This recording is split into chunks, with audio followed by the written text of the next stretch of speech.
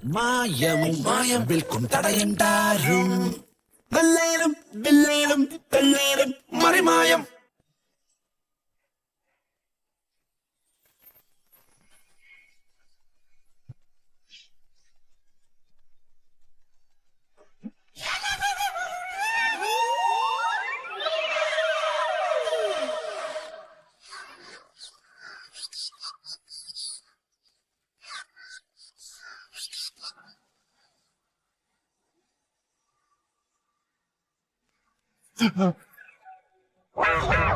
പോയേ എന്താ ഇന്നെ കണ്ടിട്ടില്ലേ?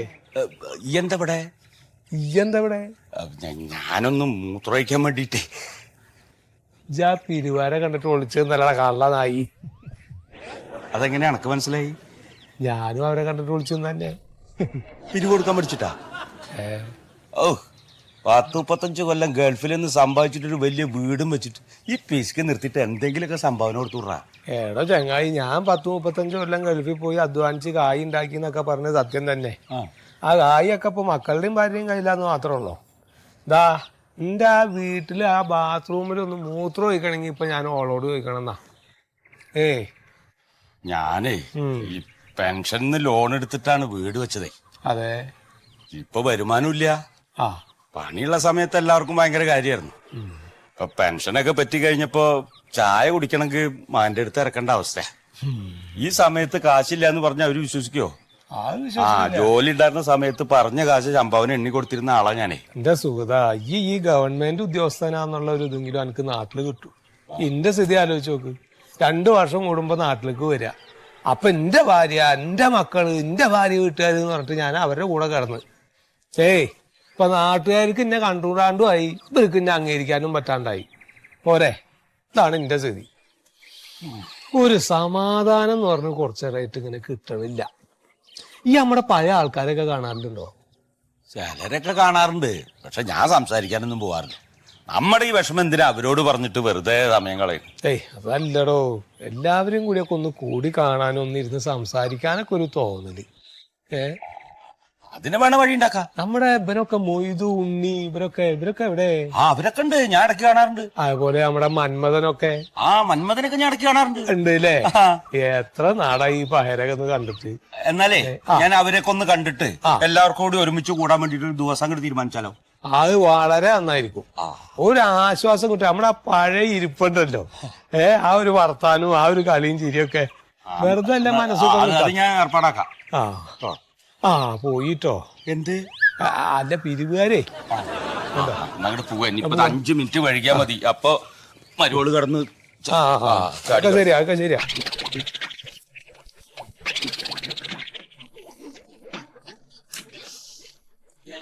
മൂന്നാമത്തെ കുട്ടീനെയും കൂടി കല്യാണം കഴിപ്പിച്ച് അയച്ചപ്പോഴേക്ക് കുത്തുപാലെടുത്ത അവസ്ഥയിലായി. ഇതെത്തങ്ങൾ പറഞ്ഞ 3 പെൺകുട്ടികളെ കല്യാണം കഴിപ്പിച്ച് അയക്കാന്ന് പറഞ്ഞാല് ഇപ്പത്തെ കാലത്ത് എന്തെത്താ അതിന്റെ മീൻ കച്ചവടം കൊണ്ട്. അപ്പൊ 3ാമത്തെ മോളെ കല്യാണം കഴിപ്പിച്ച് അയപ്പിച്ചപ്പോ ഓള് പറഞ്ഞ് ഇനി ഉപ്പ മീൻ പണിക്കൊന്നും പോണ്ടാന്ന്. ആന്നൊക്കെ പറഞ്ഞ് കുറച്ചുകാലം നിർത്തി. പിന്നെ പറ്റണില്ല കോയ, അതില്ലാണ്ട് പറ്റൂല. ഇപ്പൊ ചെറിയോളെ കല്യാണത്തിനെ വീട് വരെ പണം വെച്ചിക്ക. അല്ലപ്പ എന്റെ മരുമക്കളൊക്കെ എങ്ങനെ? മരുമക്കളെ കാര്യമൊന്നും പറയാണ്ടൊക്കെ വേദം. അതൊന്നും ഒരു കോണത്തിലായില്ല പോയ. അല്ലപ്പോ മക്കളുടെ വീട്ടിലൊക്കെ പോവാറില്ലേ? പോവുണ്ടോന്ന് ചോദിച്ചാ പോവും. പക്ഷെ അവിടെ നിൽക്കാനൊന്നും തോന്നൂല. കാരണം ഓരോ മുറിമുറിപ്പൊക്കെ കേട്ടിട്ട് നമ്മൾ എത്ര അവിടെ നിൽക്കുക. ഞാനും സൂര്യ ഇവിടെ തന്നെ. അല്ല ഇപ്പൊ എന്റെ സ്ഥിതി എന്താ? ഞാൻ ഇപ്പൊ പറഞ്ഞില്ലേ, ഇപ്പൊ കണ്ട കാലൊക്കെ ഗൾഫിൽ നിന്ന് അധ്വാനിച്ച് കഷ്ടപ്പെട്ട് ഇതായി പറഞ്ഞൊക്കെ ഉണ്ടാക്കി കൂട്ടി. എന്നിട്ടിപ്പോ എന്താ മുതലൊക്കെ അവരൊക്കെയാണ്. അവര് പറഞ്ഞതിനനുസരിച്ച് വേണം ഇപ്പൊ ഞാൻ ജീവിക്കാനെന്നാ നിലപാട്.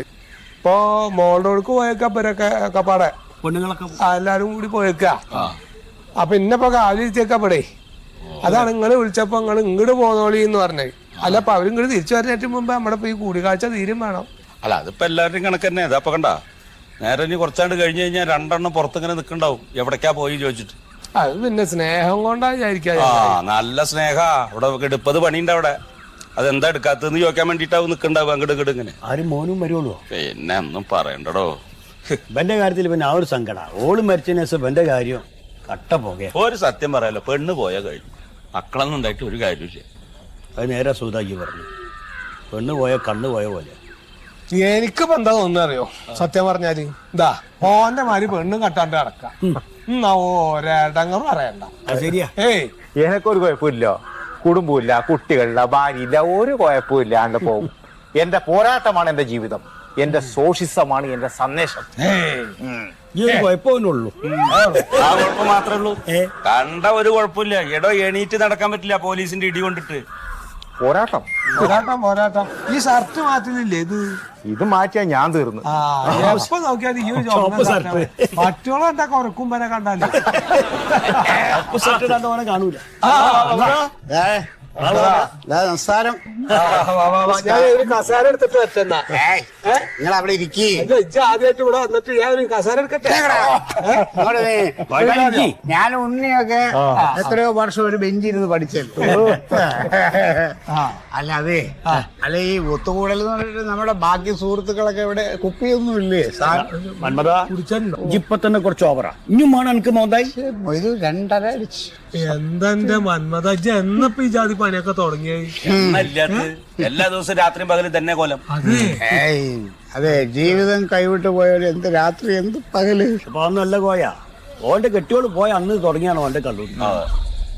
മരിച്ചോ? മരിച്ചെങ്കിൽ സമാധാനം ഉണ്ടായിരുന്നു. എന്റെ മുഴുവൻ സമ്പാദ്യം എടുത്തോണ്ട് അവളൊരു അലവലാതിയുടെ കൂടെ ഒളിച്ചോടി പോയി. കോയൊക്കെ ഒരു മോനുണ്ട്, അവനും പോയി. അവനും ഓടിച്ചോടിയോ? അല്ലെന്ന്, അവ ഒരു പെണ്ണ് കെട്ടിട്ട് അവളെ വാക്കും കേട്ട് നേരെ അവളുടെ കൂടെ കാനഡയിൽ പോയി. എനിക്കാരുമില്ല.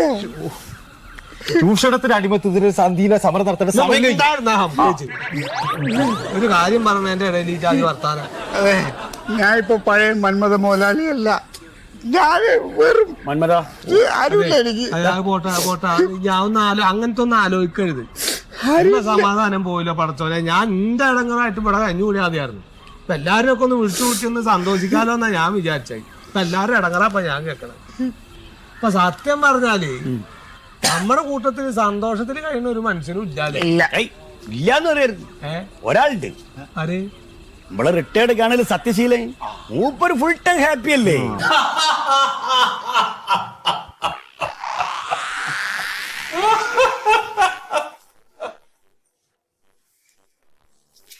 ഇതെന്താ പ്രശ്നം അറിയാവോ? ജീവിതത്തെ എപ്പോഴും വളരെ പോസിറ്റീവ് ആയിട്ട് കാണണം. നിരാശ വന്നു കഴിഞ്ഞാൽ പിന്നെ ജീവിതം പോയില്ലേ? ശരിയാണ്, പോയില്ലേ? അപ്പൊ നമ്മൾ എപ്പോഴും പോസിറ്റീവ് ആയിട്ടിരിക്കുക. അത് എങ്ങനെയാണ് എന്റെ സത്യം? അതല്ല അറിയാത്ത. ഇപ്പൊ സുഗതന്റെ കാര്യം തന്നെ എടുക്ക്. സുഗതം എന്താ റിട്ടയർ ചെയ്തേ ഉള്ളൂ അല്ലേ? സുഗതനെ മുഖത്തേക്ക് നോക്ക്. അല്ല, മൊത്തത്തിലൊരു സങ്കടഭാവല്ലേ അല്ലേ? ഒരു നിരാശ. എന്തിനാ നിരാശ? വിചാരിച്ച പോലെയല്ലടോ, ജീവിതമൊക്കെ പോയി. ഇതാണ് പ്രശ്നേ. ഈ മനസ്സിന്ന് ഇത്തരം ചിന്തകളാണ് ആദ്യം കളയേണ്ടത്. സുഗത കോയം വേറൊരു അർത്ഥത്തില് വലിയ വീടൊക്കെ വെച്ച് വലിയ ഭാര്യയും 5-6 കുട്ടികളും. അല്ല, കുട്ടികളുടെ ഒക്കെ കല്യാണം കഴിഞ്ഞ അവര് കുട്ടികളില്ലേ?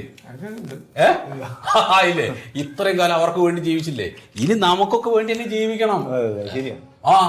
വലിയ വലിയ മഹാന്മാരൊക്കെ സത്യം പറഞ്ഞാൽ ഈ റിട്ടയർമെന്റിന് ശേഷമുള്ള കാലത്ത് അത്ര ഗംഭീരമായിട്ട് ജീവിച്ചിട്ടുള്ളത്. ശരിയാണ് കേട്ടാ. ജോൺ ഡൊണാൾഡ് ഡിക്കോസ്റ്റോന്റെ പുസ്തകത്തിന് 2ാമത്തെ പേജില് 3ാമത്തെ കോളത്തിൽ കൃത്യമായിട്ട് ഈ ഒരു സംഭവം പറയുന്നുണ്ട്. ആര്? John Donald D'Costa. എന്ത് വായിച്ചാലും നല്ല ബുദ്ധിയിൽ നിൽക്കുന്ന ആളാണ്. അത് ശരിയാ, തന്നെ ഇപ്പൊ ഈ കോലത്തിലായി.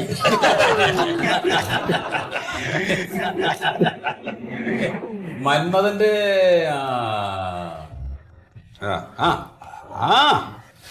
കുഴപ്പമില്ല. ജീവിതത്തിൽ ചിലപ്പോ അങ്ങനെയൊക്കെ സംഭവിക്കുമല്ലോ അല്ലേ? എന്റെ ജീവിതത്തിന്റെ എന്റെ മുഴുവൻ അധ്വാനം, എന്റെ സമ്പാദ്യം മുഴുവനും കൊണ്ടാണ് അവൾ ആ കാമുകനോട് ഒളിച്ചോടി പോയത്.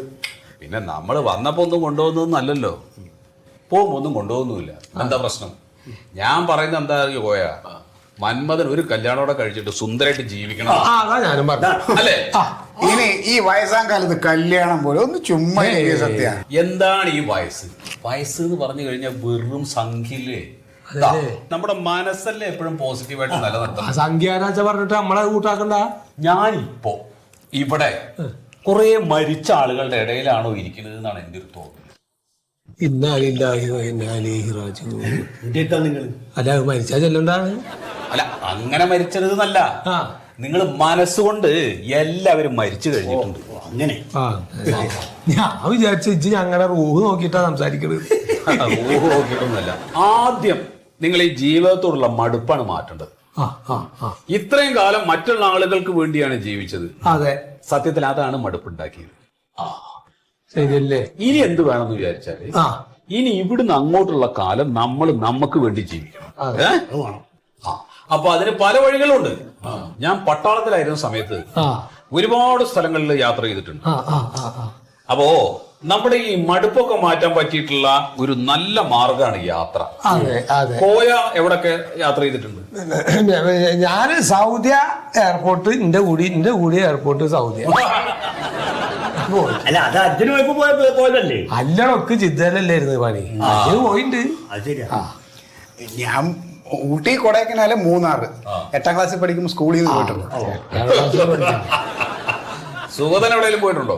ഞാൻ ഈ അഗ്രികൾച്ചറിലായിരുന്ന സമയത്ത് നമ്മുടെ അട്ടപ്പാടി, മുത്തങ്ങ, അങ്ങനത്തെ 2-3 സ്ഥലം. പാടിയൊക്കെ ഇവിടെ അടുത്ത്. അത് ഒന്നാമത്തെ ജോലിക്ക് പോയതാണ്, അതും ടൂറ് പോയതല്ല. ഇതെയോ? നമ്മൾ കോഴിക്കോട് അങ്ങാടി വിട്ടിട്ട് ഒരു ലോകം കണ്ടില്ല. അല്ല, അപ്പൊ ഈ പട്ടാളം ഉദ്ദേശിച്ചത് നമ്മുടെ മഹാത്മാവ് നടത്തിയ ദണ്ഡി യാത്ര പോലെയാണോ നമ്മൾ നടത്തേണ്ട യാത്ര? അതെ അതെ അതെ അതെ. അതന്നെയാ? ഓ അതന്നെയാ. അപ്പൊ ആർഷഭാരത സംസ്കാരത്തെ വേരോടെ പിഴുതെറിയാൻ വന്ന ക്ഷുദ്രശക്തികളെ ഈ നാട്ടിൽ നിന്ന് മാറ്റിയിട്ട് പോരെ നമ്മുടെ യാത്രകൾ.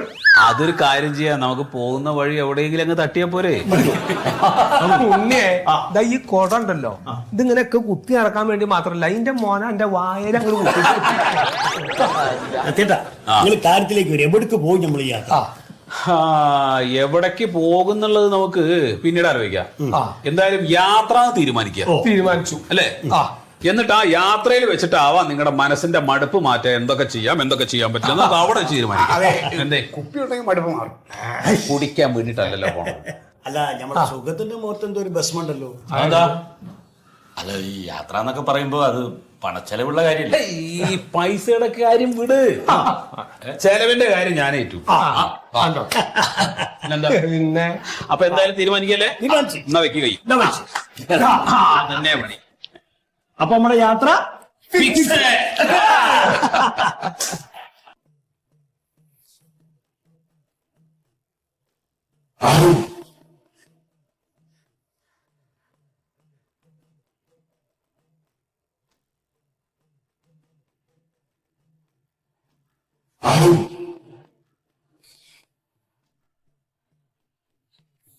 അതെ, നിങ്ങളുടെ അച്ഛൻ ഇപ്പഴെങ്ങാനും വരുവോ?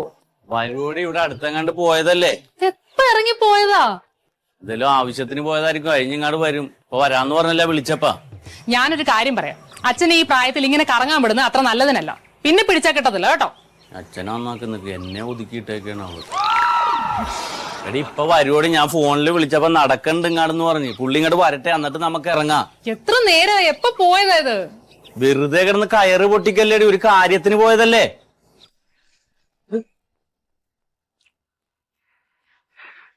അതെ, എന്താണ്? അച്ഛനോട് പറഞ്ഞേൽപ്പിക്കാൻ കുറച്ച് കാര്യങ്ങൾ ഞാൻ പറഞ്ഞായിരുന്നു. നിങ്ങൾ പറഞ്ഞോ അത്? പറയാടി. ഇത് എന്ന് പറയാനായിട്ടാണ്? നിങ്ങൾ പറയാന്ന് പറയുന്നല്ലാതെ ഒന്നും പറയുന്നില്ലല്ലോ. ഇതുവരെ കാര്യങ്ങൾ പറയണതിന് മരുങ്ങില്ലേ? എന്റെ അച്ഛനല്ലേ അത്. നിങ്ങൾ മരുങ്ങ് നോക്കിയിരുന്നോ കേട്ടോ. നീ മിണ്ടാതിരിക്കും, ഞാനത് അതിൻ്റെതായ നയത്തിൽ അവതരിപ്പിച്ചോളാം. പറഞ്ഞാ മതി. ആ അച്ഛൻ വരുന്നുണ്ട്, നീ ഒന്നും മിണ്ടാൻ നിൽക്കണ്ടാട്ടെ, ഞാൻ പറഞ്ഞോളാം.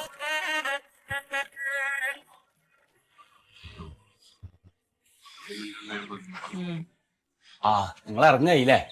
ഇത് എവിടെ പോയി കിടക്കായിരുന്നു? എത്ര നേരം യാത്ര ചെയ്ത് നിൽക്കണ്? ഒരു വഴിക്ക് പോകണ്ടല്ലേ ഇത്?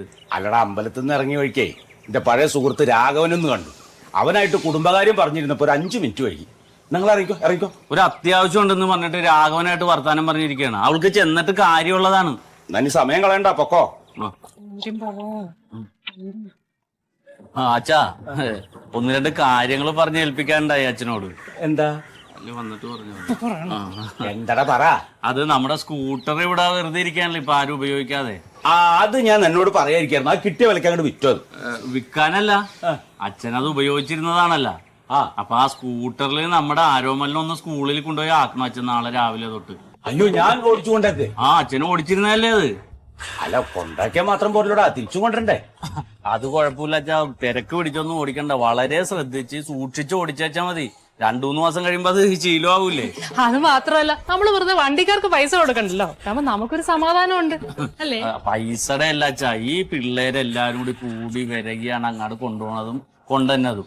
അപ്പൊ ഇതാവുമ്പോ അച്ഛൻ സുരക്ഷിതമായിട്ട് അവൻ ഒറ്റക്ക് കൊണ്ടുപോവുകയും കൊണ്ടുവരികയും ചെയ്യുമല്ല, അത് നമുക്കൊരു സമാധാനം. ശരി. പിന്നെ അച്ഛാ, പച്ചക്കറിയുടെ ലിസ്റ്റ് ഞാൻ അകത്ത് എഴുതി വെച്ചിട്ടുണ്ട്. ടൗണിൽ സൂപ്പർ മാർക്കറ്റിൽ പോയി മേടിച്ചാൽ മതി, അവിടെ ആകുമ്പോ ഓഫറുണ്ട്. അല്ല, അത് നിങ്ങൾ വരുമ്പോ മേടിച്ചാ പോരെ? ഞങ്ങൾ ഒരുപാട് വൈകി വെച്ചാ ഞങ്ങൾ പോയ കാര്യം നടക്കണ്ടേ? അച്ഛൻ അവിടെ സഞ്ചി എടുത്തു വെച്ചിട്ടുണ്ട്, ലിസ്റ്റും പൈസ ഉണ്ട്. അച്ഛൻ അതൊന്നും മേടിക്കും. പിന്നെ റേഷൻ കടയിലും വേണ്ട, റേഷൻ കടയിൽ നാളെയാണ് ലാസ്റ്റ് ഡേറ്റ്. അപ്പൊ ഇന്ന് പച്ചക്കറി മേടിച്ചിട്ട് നാളെ റേഷൻ മേടിക്കാം അല്ലേ? മതി. പിന്നെ വെറുതെ നിൽക്കുമ്പോ ആ വണ്ടി ഒന്ന് ഓടിച്ചൊന്ന് കൈ അണങ്ങിക്കോ. ഇനി ആരോമലായിട്ട് ഉരുണ്ടു വീഴാൻ നിൽക്കണ്ട അല്ലേ? അന്ന് ഇറങ്ങട്ടെ അച്ഛാ. അതെ പ്യാരിയേട്ടാ, നമുക്ക് 2 ആടിനെ കൂടെ മേടിച്ചാലോ? അതാകുമ്പോ പാലിന്റെ പൈസ നമുക്ക് ലാഭിക്കല്ലോ. അച്ഛൻ എന്തായാലും ഇവിടെ വെറുതെ ഇരിക്കല്ലേ? അതെ, പിന്നെ ഇപ്പൊ എല്ലാം കൂടി പറഞ്ഞു. ശരി എന്നാ വാതിലൊന്നും തുറന്നിട്ടെങ്ങും പോവല്ലേ, വാതിൽ കണ്ടാണം.